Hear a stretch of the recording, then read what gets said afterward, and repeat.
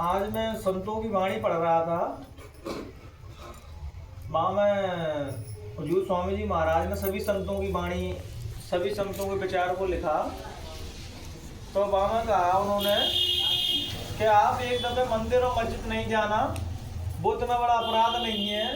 लेकिन अब मनुष्य एक दूसरे का दिल तोड़ देते हैं, कोई बात ऐसी कह देती है जो मनुष्य के आंसुओं का कारण बन जाती है, वो दुख का कारण बन जाती है। वो संसार का सबसे बड़ा पाप है वो। क्योंकि हम पत्थरों में, मंदिर मस्जिदों में तो खुश श्रद्धा से जाएंगे, लेकिन जीते जागते भगवान में हम कभी इसको न स्वीकार करेंगे ना कभी मानेंगे। तो उन महापुरुषों ने कही कि सबसे बड़ा अपराध वही है जो अपनी वाणी से किसी का दिल दुखा दिया अपन ने, वो सबसे बड़ा पाप है। आप मंदिर नहीं जाओगे, मस्जिद नहीं जाओगे तो भगवान वो माफ कर देता है। लेकिन जो अपन एक दूसरे का दिल दुखाते हैं, क्योंकि कहते नहीं, संत महात्मा ने कही नहीं, घट घट बेटा साइया और सूनी पड़ी है सेज बलिहारी जब घटको ताकत प्रकट हो। सबके भीतर वो मालिक परमात्मा सबके भीतर बैठा है। कोई जीवात्मा परमात्मा की तो अंश है। तो ये तो महापुरुषों ने कहा कि ईश्वर अंश जीव अविनाशी और चेतन अमल सहज सुखरासी, सबके भीतर भगवान है। बस हम देख इसलिए नहीं पाते कि हमारे जो चरम आंखें हैं ना, वो पूरे संसार को, जगत को देख रही हैं। जब यही आंखें पलट के भीतर की ओर हो जाएंगे, कहते हैं बाहरमुखी से अंतर्मुखी हो जाएंगी, हम अपने स्वयं को देखने लगेंगे कि मैं भी ब्रह्म से कम नहीं हूँ। तभी तो हमारे हिंदू संतों ने कहा एम ब्रह्मास्मि, मतलब मैं ही ब्रह्म हूँ। लेकिन आज हम क्यों नहीं कह पा रहे कि हम वासनाओं में और काम क्रोध लोभ मोह ईर्ष्या राग द्वेष में सब फंसे पड़े हैं। इसलिए तो भीतर बैठे हुए परमात्मा को नहीं देख पाते। सबके अंदर वो शक्ति है, सबके अंदर वो मालिक समान रूप से विराजमान है। ऐसा नहीं कि वो संत महात्माओं के अंदर स्पेशल और तुम्हारे अंदर नहीं, क्योंकि आत्मा तो सबकी एक सी अंदर, सबके अंदर। बस दिक्कत ये आ रही है कि संत महात्माओं ने वो साधना करके, भजन करके और विकारों को रहित करके उसको जागृत कर लिया है, और तुम विकार में ही पड़े हुए हो। तो मैंने कोई सत्य समझ रहे हो, इंद्रियों के भोगों को ही सब कुछ समझ रहे हो, यही सत्य है। लेकिन यहाँ बहनों भाइयों, जैसे यही शरीर स्थायी नहीं है तो इंद्रियों का भोग कहाँ से स्थायी हो। एक समय आएगा जब सांसों की पूंजी खत्म होगी, धराम से गिर पड़ेगा जी, और तुम्हारी यात्रा समाप्त। लेकिन संत महात्मा कहते हैं कि तुम्हारे अंदर एक भीतर ऐसी दौलत है जो मृत्यु के पार भी जाती है। मरघट में लोग तुम्हारे शरीर को तो जला जाएंगे, लेकिन कुछ चीज तुम्हारे भीतर है जो मरघट के बाद चली जाती है, जिसको अपन कहते हैं आत्मज्ञान हो जाना या अपने आप को जान लेना। महात्मा बुद्ध ने इसको इनलाइटेड कहा कि अपने आप को पूर्ण जागृत कर देना, मतलब अपनी आत्मा को पूर्ण तरीके से जागृत कर देना। लेकिन पता है लोगों ने कहा, कह रहे हैं कि बुद्ध धर्म 5000 वर्ष पहले आया, ठीक, जैन धर्म कुछ वर्ष पहले आया, 1300 वर्ष पहले मुसलमानों का धर्म आया, आर्य धर्म से पहले हिंदू धर्म आया। लेकिन जो सनातन कहते हैं, वास्तविकता में सनातन है क्या? सनातन कोई धर्म नहीं है। सनातन सबसे पुराना, सबसे पुरानी क्या है? सबसे पुरानी जीवात्मा है। आत्मा से पहले कुछ नहीं था, ना कुछ होगा। इसलिए उसी को सत्य और सनातन कहा है कि आत्मा ही सत्य और यही सनातन है।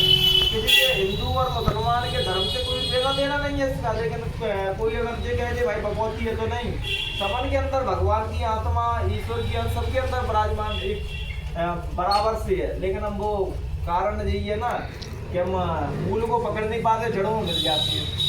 जो संत महात्मा जो एक्चुअल चीज बताते हैं उसको समझ नहीं पाते और विकारों में फंस जाते हैं। इसलिए अगर जो भगवान का, अगर तुम्हें विकारों से बचना है बहनों भाइयों, तो सच्ची हृदय से भगवान का भजन करो। और एक बात हमेशा याद रखो कि तुम्हारा ईश्वर और परमात्मा तुम्हारे अंग संग हमेशा रहता है।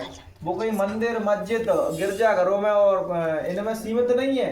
माँ तो केवल एक साधना के लिए और लोगों को भगवान की याद आती रहे उसके तारे, इस वजह से वो एक अपन लोगों को जागृत करने के लिए बताए। जो घंटे घड़ियाल बजते हैं, सुबह दरगाह से आवाज आती है, कुरान की आयतें वो पढ़ते हैं, तो इसलिए पढ़ते हैं जैसे हमारे आचार विचार शुद्ध हो और हम समझेंगे भाई जी है क्या चीज।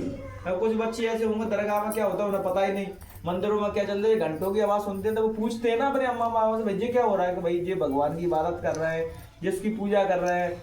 फिर बच्चे के अंदर वो जिज्ञासा आती है, वो जानता है कि वास्तव में परमात्मा नाम की क्या चीज है, वो ढूंढता है उसको, तो पाता है कि वो तो मेरे भीतर ही है। लेकिन वो विकारों के अंदर भरे पड़े हैं, इसलिए दिखाई नहीं देते। नानक साहब कहते हैं कि भाई तुम्हारे अंदर परमात्मा का अंश है, तुम्हारे अंदर बैठे हुआ परमात्मा है। लेकिन वो कहते हैं कि अपनी आदमी बुराइयों को ऐसे जकड़ रखा है कि जी सत्य है और भगवान है वो असत्य है। इसलिए भगवान को जानना है बहनों भाइयों, तो सबसे पहले मैं कहता हूँ नहीं कि भगवान के दर्शन करने भूल जाना, भगवान के किसी प्यारे के दर्शन जरूर कर आना, क्योंकि वो तो माँ तो जड़ रूप में है, और जो जिसके दर्शन करने जा रहे हैं शरीर में बैठे हैं उसके अंदर तो चैतन्य रूप में है, उसके अंदर से तो बोल रहे हैं। तभी तो संत महात्मा जो ज्यादा मौज में आ जाते थे तो कह देते कि भाई मैं ही खुदा हूँ, मैं ही भगवान हूँ, मैं ही अल्लाह हूँ। लेकिन उस टाइम पे क्या है कि लोगों को समझ में नहीं आता था क्या कह रहे हैं, वो समझते थे कि जे देखो अपने आप को भगवान साबित कर रहे हैं। वो ऐसे नहीं बोले, वो करना बस दया बस बोल रहे हैं कि भाई तुम्हें कहाँ भटकाऊं, तो सीधी सीधी बात होना, सीधी सच्ची बात कह दी भाई मैं ही भगवान हूँ और भगवान तुम भी हो।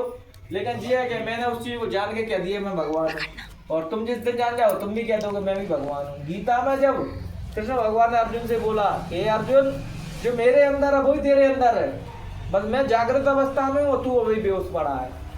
तो इसलिए बहनों भाइयों, कोई भी बुद्ध पुरुष हमारे सानिध्य में, कोई भी संत महात्मा जब जब धरती पे रहे हैं तो वो पूरा प्रयत्न करते हैं जब तक वो शरीर में रहते हैं कि मेरे जैसे जिनको सबको बना दूं। लेकिन ऐसा होता नहीं है, संत महात्मा पूरा प्रयत्न करते हैं लेकिन बन नहीं पाते आदमी। लोग संत महात्माओं के पास इसलिए जाते हैं बहनों भाइयों, कहू को नौकरी चाहिए, कहू को शादी चाहिए, कहू को कछु चाहिए, कहू को कछु चाहिए, बस संसार की चीजें चाहिए, और रूहानियत की, अध्यात्म की, अपना कल्याण किसी को नहीं चाहिए। वो कहते हैं दोबारा मैं वापस आ जाऊंगा, चीज वो संसार की चाहिए। तो संसार बहनों भाइयों किसी का भी सगा नहीं है यहाँ, या राजा भी रोते हुए गए और भिखारी भी रोते हुए जा रहे हैं। यहाँ स्थायी सुख वही है बहनों भाइयों जो भगवान के भजन में लगाया है, भगवान के कीर्तन में लगाया है, अपना जीवन जिसने भगवान को समर्पित कर दिया है। भगवान से ही भजन से तुम्हारे सारे बिगड़े काम अंदर के बाहर के सब बनेंगे। तुम्हारे घर में सुख शांति, जो कलेश है, जिनको अपन भूत चूड़ल कुछ भी कह दो, तो आप किसी भगत मगतों के चक्कर में मत पड़ना, भजन करना, तो तुम्हारे जो भी बुराइयां वो अपने आप चली जाएंगी। सुबह एक भैया ने मुझे वीडियो भेजी, तो वहाँ में एक आदमी एक बच्चे को ऐसे ही बच्चा होगा तो उसको ऐसे लोहे की कुछ बात जंजीर थी उसके ऐसी दे दी पीठ में, तो उठ ही नहीं पा रहा था। तो मैंने वो देख कर सोचा देखो लोग धर्म के नाम पे पता नहीं क्या क्या कर रहे हैं। क्योंकि देखो जिसको मारोगे तुम लोहे की बस जंजीर को तुम मारोगे किसी से तो भूत नहीं होगा या नहीं हो, वैसे ही भग जाएगा वो। गुरु महाराज ने कोई काम किए बहनों भाइयों, ऐसे कोई सच्चे ज्ञानी महापुरुष होते हैं वो सीधी सीधी और सरल भाषा में तुमको बात बताते हैं, भाई ईश्वर से पहुंचने का जो तरीका है वो कुछ नहीं होता है। तुम ईश्वर को मानते नहीं है इसलिए तुम्हें भूत चूड़ैल जिन बिन सब लगते हैं। तुम जिस दिन ईश्वर पर अटूट विश्वास करने लगोगे, उसका सुबह शाम भजन करोगे, नाम जप करोगे, तो तुम्हारे भूत चूड़ैल कुछ नहीं लगेंगे। उनको ही भूत लगते हैं। गीता में कहते हैं कृष्ण भगवान ने कि जो मुझे नहीं देख रहा उनको तू देख। भूतों से कह रहा है कि जो मुझे नहीं मानता जो उनको तू देख। तो उन लोगों को भूत चूड़ैल उनको ही सताते हैं जो किसी भी रूप में भगवान को नहीं मानते हैं। जो ईश्वर को मानते हैं उनको कुछ नहीं सताता है। क्योंकि संत महात्मा कहते हैं ना कि किसको क्या करना, जादू टोना हमारे ऊपर कर दो, कौन कर रहा है भाई। उनके ऊपर कोई जादू टोना आएगा नहीं, भूत भी डरेंगे उनके पास आने से, भाई जहाँ जाएंगे तो भूत की योनि से ही मुक्त हो जाएंगे।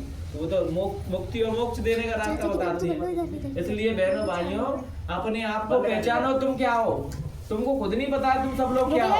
तुम लोगों को तो कोई कैसे ही बहका देता है और तुम वही काम करने लगते। इसलिए सच्चा धर्म इंसानियत है, मानवता है, और किसी जरूरतमंद की ऐसे कोई जिसके पास भोजन नहीं है उसको तुम खाना खिला देना, वो समझना तुम्हारी भक्ति और तुम्हारा जो काम किया वो सीधे डायरेक्ट परमात्मा तक पहुंचा। किसके पास वस्त्र नहीं है उसको कपड़े दे देना, तो वो भगवान के दान देने से ज्यादा इम्पोर्टेंट चीज है। कोई व्यक्ति जो भगवान का भजन करना चाहता है लेकिन वो मतलब पैसे से परेशान है, उसको तुम कोई मदद कर दो, बोले तुम भगवान का भजन कर और टेंशन वेंशन दे ले, किराए में रह के हमसे ले, वो सबसे बड़े पुण्य है। अब बताओ उसको तुम क्या दोगे जो पूरे संसार को चला रहा है, उसको तुम भला क्या दे सकते हो। लेकिन वो तो बस यही कहता है कि तुम एक दूसरे की मदद करो, एक दूसरे से हिल मिल के प्रेम से रहो। हिंदू मुस्लिम ईसाई कोई आपस में मत लड़ो। कोई भी मजहब कोई भी धर्म हमको नहीं सिखाता है कि लड़ो आपस में, मरो कटो, एक दूसरे की निंदा आलोचना करो। आज के टाइम पे पता क्या चल पड़ा है बहनों भाइयों, मुसलमान कह रहा है मेरा धर्म बड़ा, हिंदू कह रहा है मेरा धर्म बड़ा, सिख कह रहा है मेरा धर्म बड़ा, और के ईसाई कह रहा है मेरा धर्म बड़ा। लेकिन ये भूल जाते हैं कि इंसानियत सबसे ऊपर है, मानव सबसे ऊपर है। भगवान ने मनुष्य बनाए बाद में धर्म बनाए, ग्रंथ लिखे। ये नहीं लगा पहले ग्रंथ लिख दिए बाद में मनुष्य बनाए। भाई ग्रंथ सद ग्रंथ मनुष्यों के लिए लिखे हैं, ना कि मनुष्य उनके लिए। भाई मनुष्य को जो चीज अच्छी लगती है सदग्रंथ तो धारण कर लेता है, जो नहीं लगती उसको नहीं धारण करता। तो मनुष्य तो ज्यादा इंपोर्टेंट हुआ ना कि इसके अंदर साक्षात ब्रह्म झलक रहा है। लेकिन भीतर के ब्रह्म को ना देख के लोग बाहर दौड़ लगाते हैं कि भगवान के मंदिर और मस्जिदों में मिलेंगे। मानो मंदिर मस्जिद वेद व्यास जी ने इसलिए उसकी स्थापना की थी कि तुम उस क्रिया को भूल चुके हो, ईश्वर को भूल चुके हो। इस वजह से लोगों ने जो मूर्ति में अपन जाते हैं ना, तो माँ पहले लोग उसको देख के ध्यान लगाते थे। आज क्या करती है कि भगत में हमने एक नारियल फेंक के मारा और बता दे फेंक के मारे, भगत में कितना था 5 का 10 का फेंका और बस हो गई पूजा। तो भाई वो तुम्हारी इंद्रियां कैसे रुकेंगी? तुम्हारे अंदर जो काम क्रोध है वो अशांत कैसे होंगे? शांत तो तब होंगे ना जब तुम बैठोगे, उनको भगवान की भजन का खुराक दोगे, तभी तो शांत होंगे। वो शांत कब होते हैं? जब उनको भगवान का रस दे देती हो। तुम कहते नहीं कि किसी को तुम छोटे 1 रुपया दे दो, तो 1 रुपया में खुश होगा तो 100 रुपया में 100 में होगा। तो भगवान का भजन इतना अनंत है कि उसकी सुंदरता को, उसकी प्रेम को, उसकी शांति को किसी भी शब्दों में, किसी भी श्लोक में, किसी भी ग्रंथों में सीमित नहीं किया जा सकता। भगवान कहते हरि अनंत, हरि कथा अनंत। भगवान का नाम अनंत है और भगवान का कोई नाम नहीं है बहनों भाइयों। अगर आप ये गलत फहमी हो कि भगवान का नाम राम है या भगवान का नाम कृष्ण है या भगवान का नाम राधे राधे है, भगवान का नाम जय गुरुदेव है, ये तो महज एक सीमा है। जिस सीमा में हम बंधे हुए हैं। और आगे पर करते क्या है, तो राम और कृष्ण बारे में लड़ाई हो जाती है, जय गुरुदेव बारे में और राम बारे में लड़ाई हो जाती है। क्योंकि महापुरुष लड़ना, महापुरुष कभी नहीं लड़ेंगे, लेकिन उनको मानने वाले लड़ने लगते हैं। इसलिए मानने वाले मत बनो, जानने वाले बनो। क्योंकि कोई संत महात्मा लड़ना झगड़ना तुमको नहीं सिखाता। सब संत महात्माओं ने इंसानियत का, भाईचारे का, प्रेम का, शांति का पैगाम दिया कि तुम जहाँ भी रहते हो, जिस भी धर्म में हो, भाई अपने धर्म का पालन करो और धर्म के जो एक्चुअल ज्ञान है उसको लो। धर्म के नाम पे तुम खुद जानते हो कि ये गलत है, लेकिन अब तुम गलत कर लिया तो धर्म का भी तो सहारा लेना पड़ेगा। फिर क्या करो, हम सदग्रंथों में वो चीज ढूंढते हैं जो माने प्रमाणित कर देते। देखो दारू पीना सही है तो फलाने ग्रंथ में लिखा है। क्या तुम्हारे खुद का बुद्धि विवेक नहीं है वो सही है कि गलत है? लेकिन ये तुम सबूत भी दे देखो, देखो धार्मिक भी बना रहा हूँ, दारू भी पी रहा हूँ, मांस भी खा रहा हूँ और धार्मिक भी बना रहा हूँ। तो ये झूठ किससे बोल रहे हो? दूसरे से नहीं बोल रहे, अपने आप से बोल रहे हो। क्योंकि तुम जिसको पीने के बाद होश में ही नहीं हो, तुम नल्लीन में डले हो, न तो ना कोई तुम्हारे सामने माँ बाप खड़े हैं, बुजुर्ग खड़े हैं, उनसे गाली गलौज कर रहे हो, तो वो चीज भला अच्छी कैसी हो सकती है? मांस, क्योंकि कहते नहीं क्या भगवान का अंश जानवरों के भी अंदर है। वो अल्लाह कहते हैं कि अल्लाह सब जगह है, तो क्या जानवरों के अंदर नहीं है अल्लाह? वो तो सब जगह है। फिर लेकिन ये भूल जाते हैं लोग, अल्लाह के नाम पर ईद के टाइम पर तमाम बकरा बकरियां सब काट देती हैं। वो कहते हैं भगवान को, अल्लाह को प्यारा है। भाई अल्लाह को तुम प्यारे हो, सब जीव उसको प्यारे हैं, सब उसने ही बनाए। ये चराचर में जो भी जीव है सब भगवान ने और अल्लाह ही नहीं बनाए हैं वो। लेकिन हम नादान जीव उनके नाम पे पता नहीं क्या क्या करते हैं। भगवान के नाम पे, ईश्वर के नाम पे, अल्लाह के नाम पे आप जो भी गलत काम कर रहे हो तो भगवान की अदालत में कुछ भी नहीं बख्शा जाएगा। उसकी तुम्हारे एक एक भरपाई करनी पड़ेगी। क्योंकि तुम यहाँ झूठ कर निकल के और चालबाजी करके, चतुराई करके निकल सकती हो, लेकिन माँ की अदालत में तुमसे एक एक चीज का हिसाब लेगा कि हमने तुमसे कब कई उल्टे सीधे काम करने की। तो फिर मनुष्य माँ क्या जवाब देगा? इसलिए ईश्वर को, किसी भी धर्म को आप मानो तो पूर्ण सच्चाई के साथ और ईमानदारी के साथ मानो। इंसानियत सर्वोपरि सब धर्मों में बताई गई है कि भाई इंसानियत सबसे परी है। आज हम मोहम्मद के नाम पे, राम के नाम पे लड़ते हैं, लड़ मगरते हैं, लेकिन जब यही महापुरुष धरती पे थे, कहते नहीं कि 1 लाख पूत और 1.25 लाख नाती, 12 रावण के दिया ना बाती, सबरे साफ हो गए। और उनको तुमने भगवान मान लिया होता तो मरते इतने लोग। अगर कृष्ण को तुमने भगवान मान लिया होता 56 करोड़ यदुवंशी मरते। अगर गुरु महाराज को तुमने भगवान मान लिया होता तो आज सभी लोग शाकाहारी नहीं हो गए थे, सभी लोग अच्छे मनुष्य नहीं बन गए थे।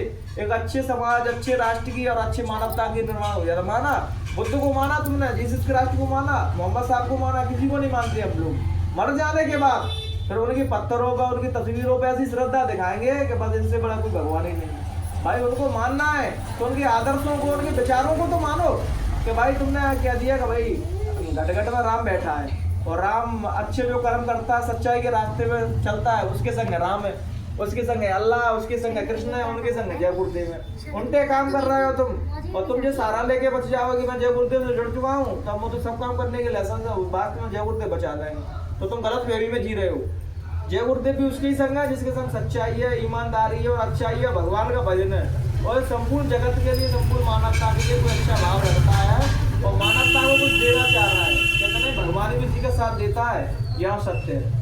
ये तो बताओ, कौरव की भी अंदर कृष्ण भगवान थे और पांडवों की भी अंदर थे, लेकिन पांडवों का साथ क्यों दिया था?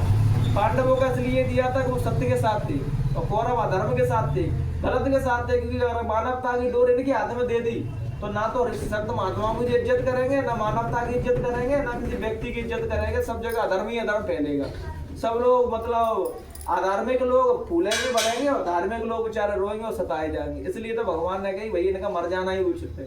भगवान ने इस चीज को कितनी बार रोका लेकिन लोग नहीं माने, तो भगवान ने कही भैया इनका मर जाना ही सही है। शक्ति तो तुम्हें बार बार चेताती है, बिल्कुल नहीं मानते, कहते नहीं मौत तो लास्ट ऑप्शन रहती है तुम्हारा बहनों भाइयों। ईश्वर तुमको कई बार चेताता है सुधर जा समझना।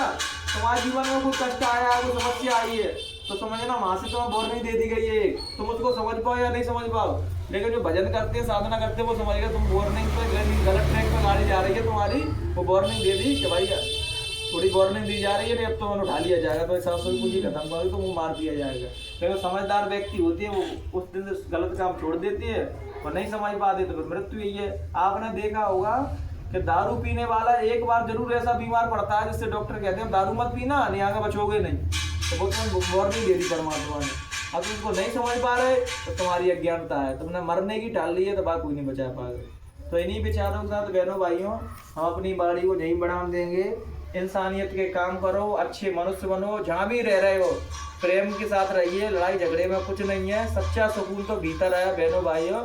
जो प्रेम तुम संसार को बांटोगे बहनों भाइयों वो ही तुमको मिलेगा। अच्छा ही बांटोगे तो किसी भी रूप में वो तुम्हारे सामने आएगी, बुराई बांटोगे तो बुराई तुम्हारे सामने आएगी। तो क्या बांटना है जो आपको डिसाइड करना है कि अच्छा ही बांटना है कि बुराई बांटना है, जो बांटोगे वो ही मिलेगा। जय गुरुदेव।